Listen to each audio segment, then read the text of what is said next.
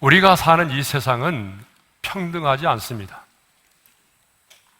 우리가 배운 교과서에는 분명히 모든 사람이 평등하다라고 되어 있지만 이 세상은 그렇게 평등하지 않습니다. 많은 사람들이 평등을 말하고 많은 사람들이 차별이 없는 세상을 말하고 있지만 실제로 사람들이 사는 세상에는 언제나 차이가 아닌 차별이 있습니다. 오늘 우리가 읽은 본문에도 보게 되면 두 사람이 나오는데요. 한 사람은 엄청난 부자이고 한 사람은 나사로라고 하는 이름을 가진 한 거지가 나옵니다. 그러면 이 부자는 어떤 삶을 살았을까요? 자, 우리 19절의 말씀을 함께 읽도록 하겠습니다. 다 같이요. 한 부자가 있어 자색옷과 고운 베옷을 입고 날마다 호화롭게 즐기더라. 그러니까 이 부자는요, 그 비싸고 고운 사치스러운 옷을 입고 하루도 아닌 이틀도 아닌 날마다 많은 사람들을 초청해서 큰 파티를 열면서 최고의 음식을 즐기면서 춤추며 노래하며 인생을 산 것입니다.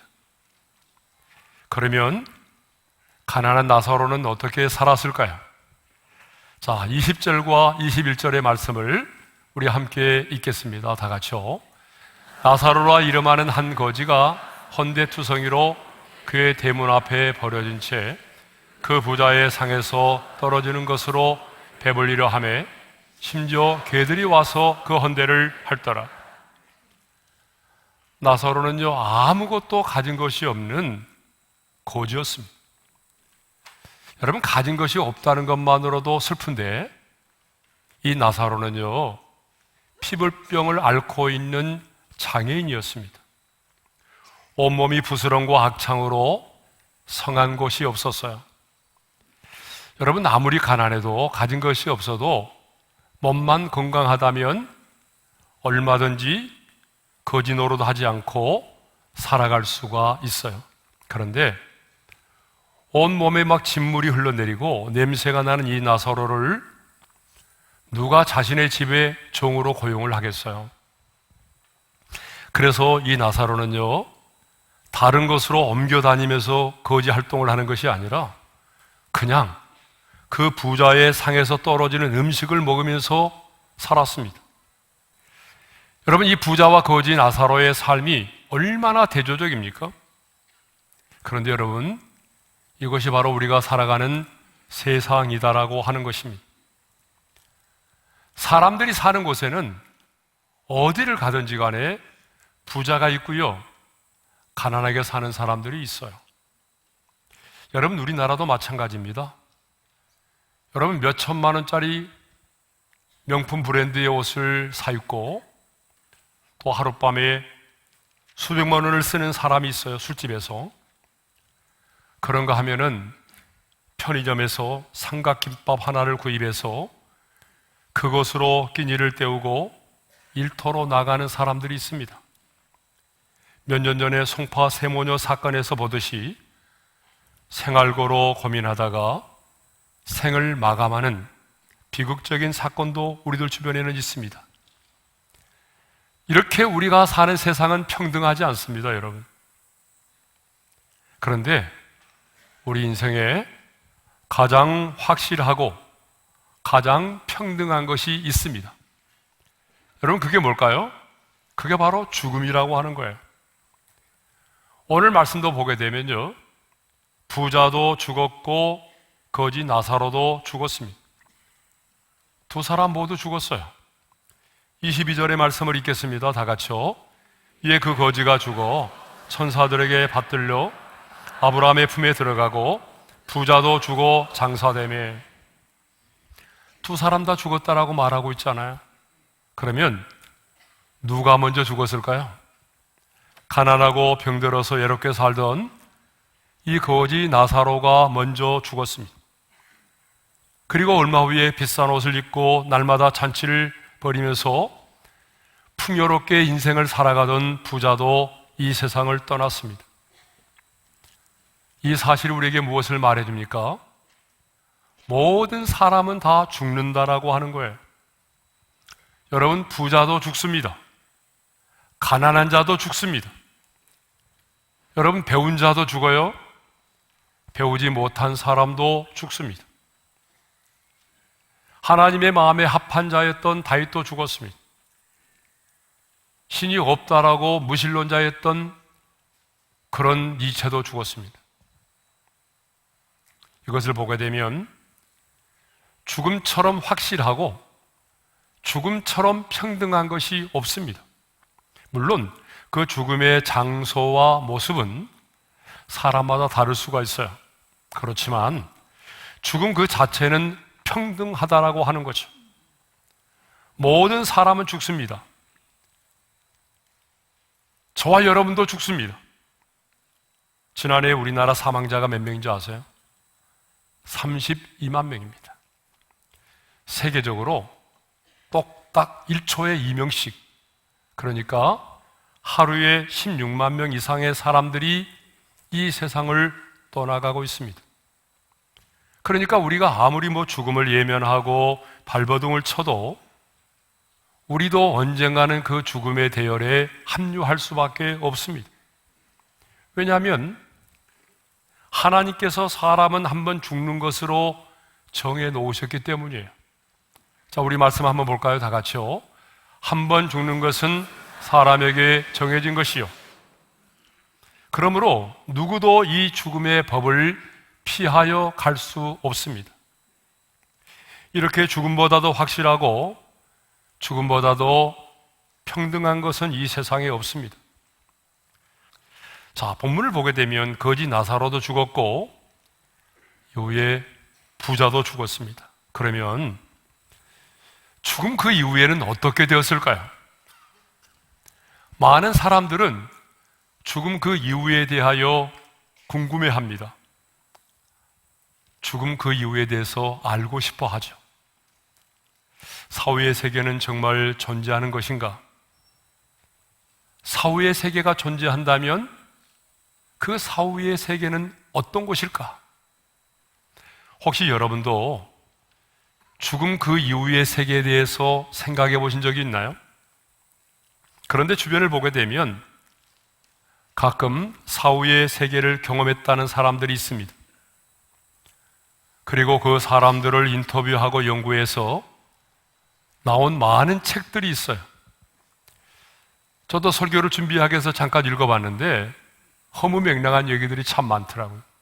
주로 환생에 대해서 많이 말하고 있더라고요. 미국의 방사선학과 전문의이자 물리학자인 제프리 롱 박사는 20년간 임사체험연구재단을 설립해서 전 세계적으로 4천여 건의 임사체험 사례들을 수집을 하고 연구를 하였습니다. 이를 통해서 죽음 이후의 삶을 입증하는 9가지 증거를 도출해냈어요. 그 9가지 증거들을 가운데 보게 되면 이런 내용들이 있어요. 영혼이 육신 속에 있을 때보다 더 명료한 의식을 가지고 있었다. 그러니까 죽은 사람들의 얘기를 들어보니까 비몽사몽이 아니더라. 그 영혼이 육신에 있을 때보다 더 분명하고 명료한 의식을 갖고 있었다. 그 다음에는요, 가족과의 만남이 있었다. 그 다음에는요, 완벽하게 자신의 삶을 회고했다. 틀린 말이 아니더라. 자신의 삶을 회고하는데 너무나 분명하게 완벽하게 자신의 삶을 회고하였다. 또 어느 나라의 사람이든지 간에 상관없이 죽음 이후의 삶에 대한 얘기가 일관성이 있었다.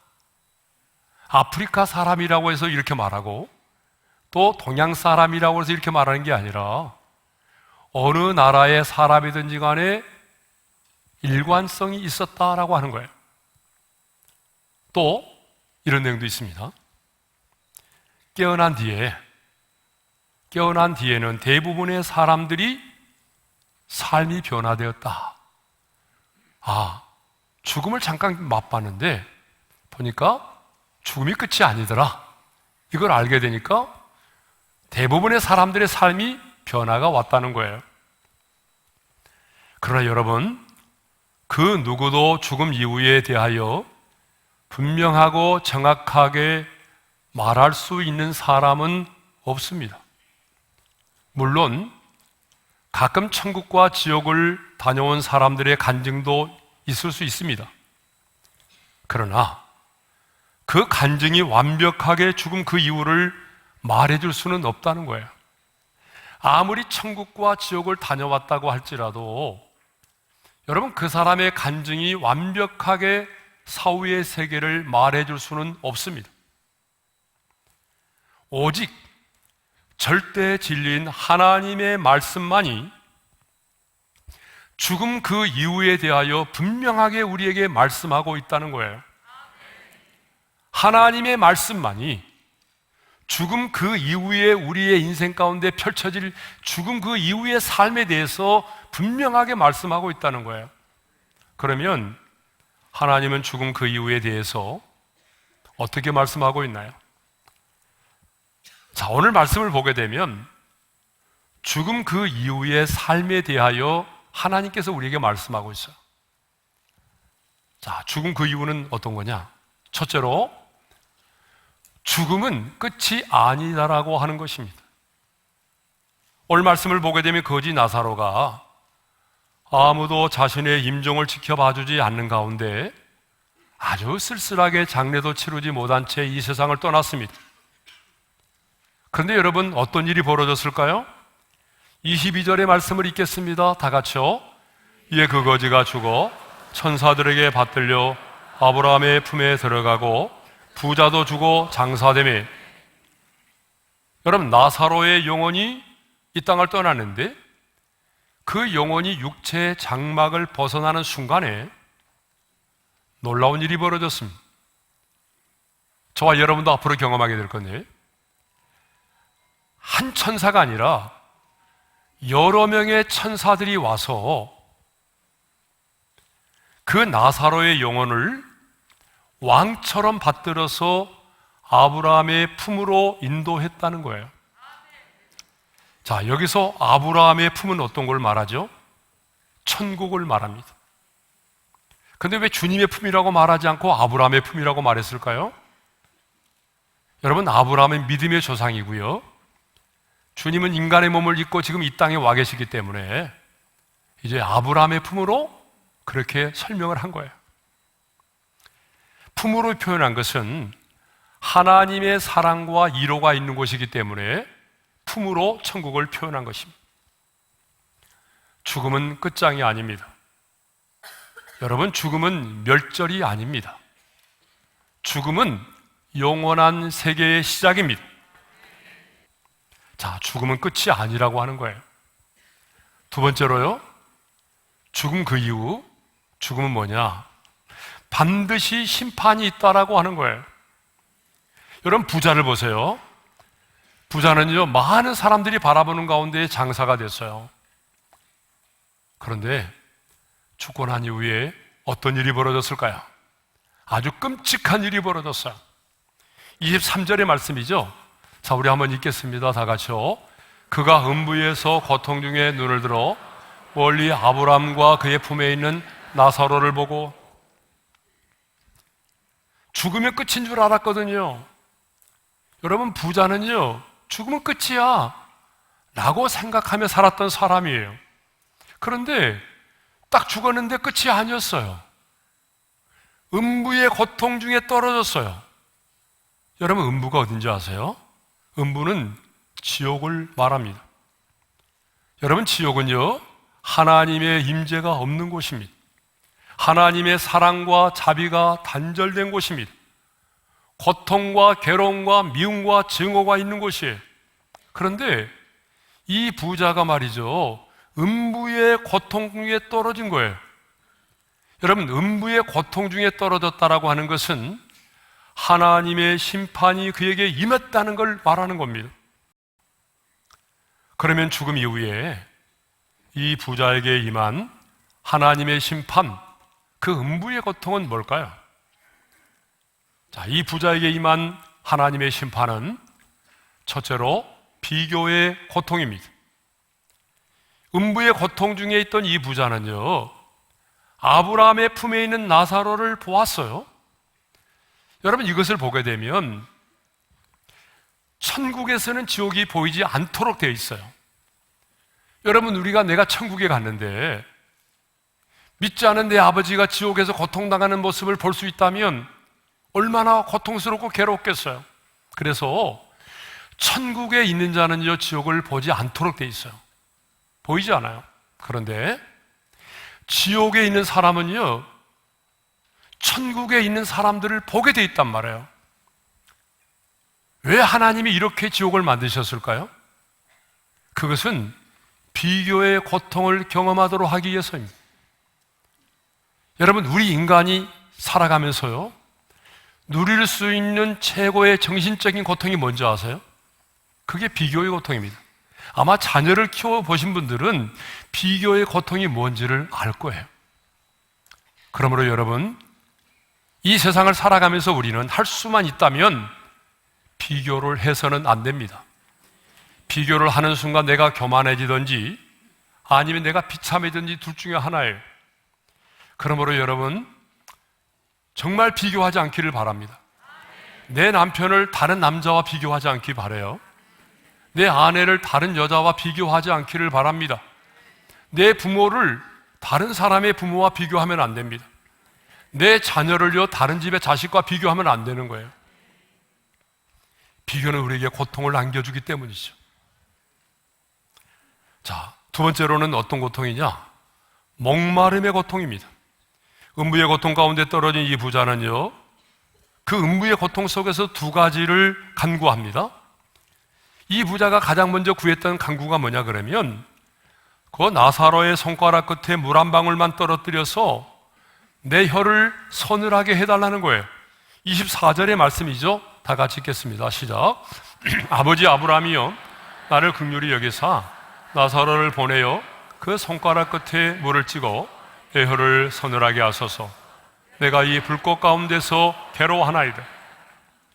지옥은 어떤 곳입니까, 여러분? 목마름의 고통이 있는 곳입니다.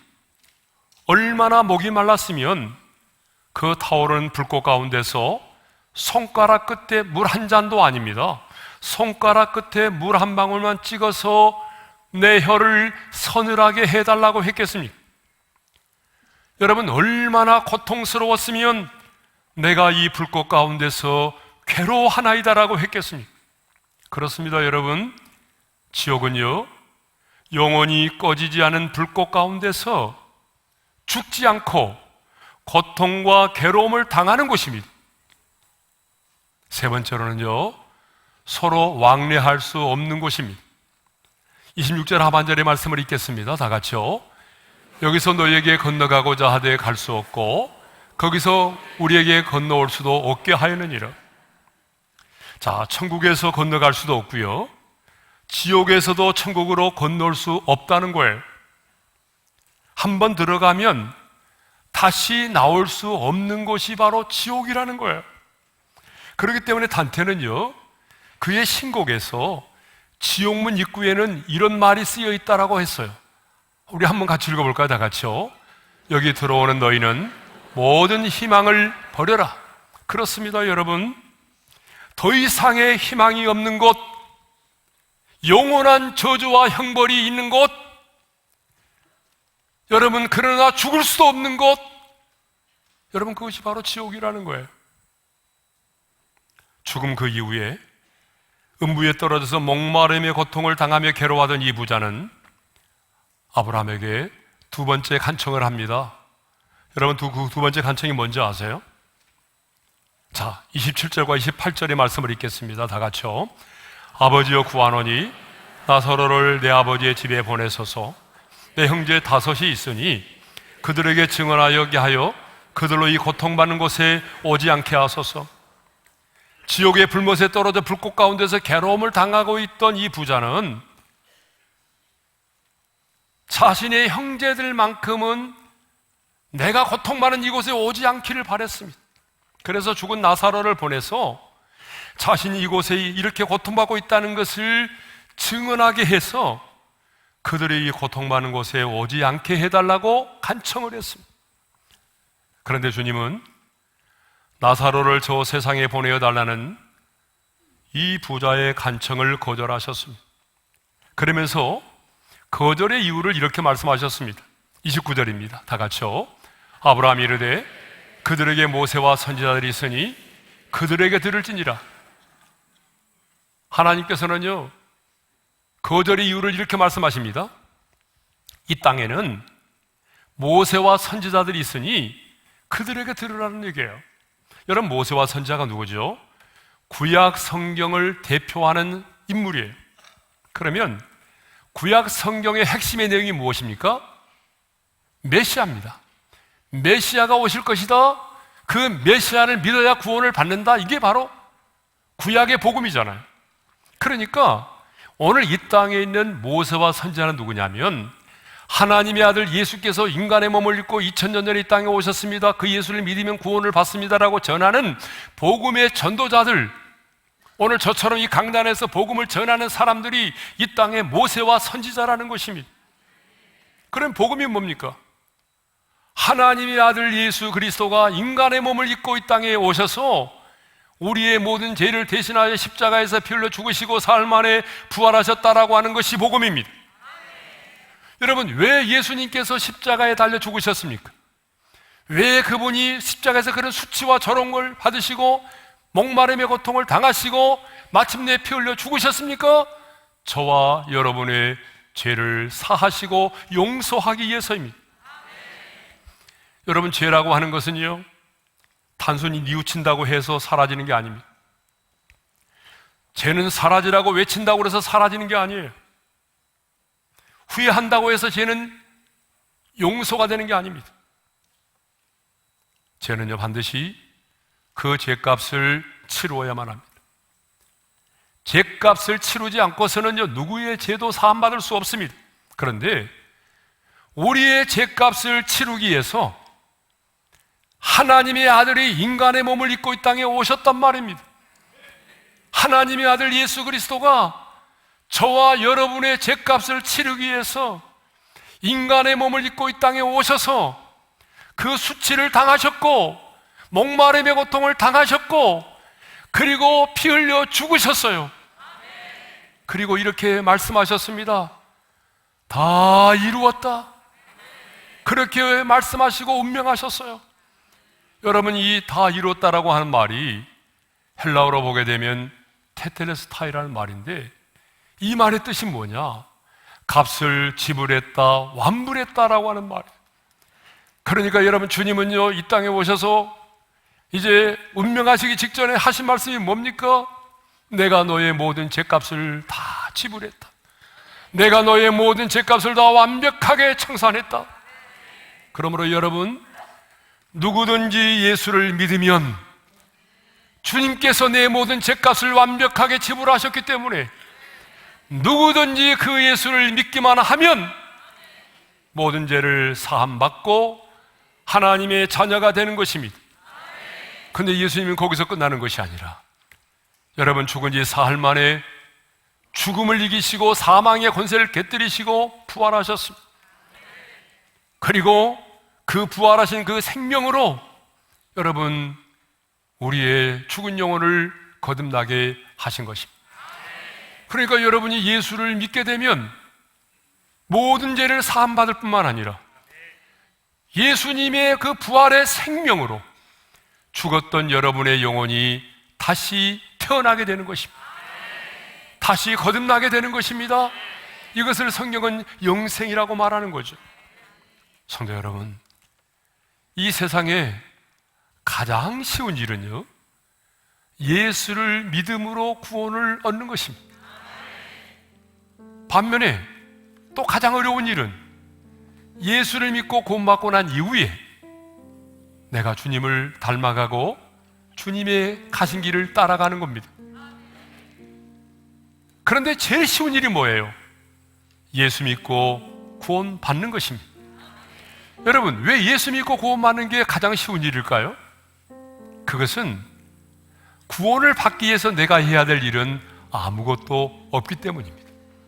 하나님 아버지께서 구원을 계획하셨고, 하나님의 아들 예수님이 이 땅에 오셔서 내 모든 죄를 담당하시고 십자가에 필려 죽으심으로 내 모든 죄값을 지불하셨고, 사망을 이기시고 부활하셨기 때문에 나는 오늘 그 예수 그리스도를 믿고 입으로 시인하고 마음으로 영접하기만 하면 여러분의 행위와는 상관없이, 우리의 어떤 공로와는 상관없이 하나님의 자녀가 되고 제사함을 받고 하나님의 자녀가 되고 이 땅에 사는 날 동안에는 하나님과 동행하는 삶을 살게 되고 하나님이 나의 아버지가 되어 주시는 겁니다.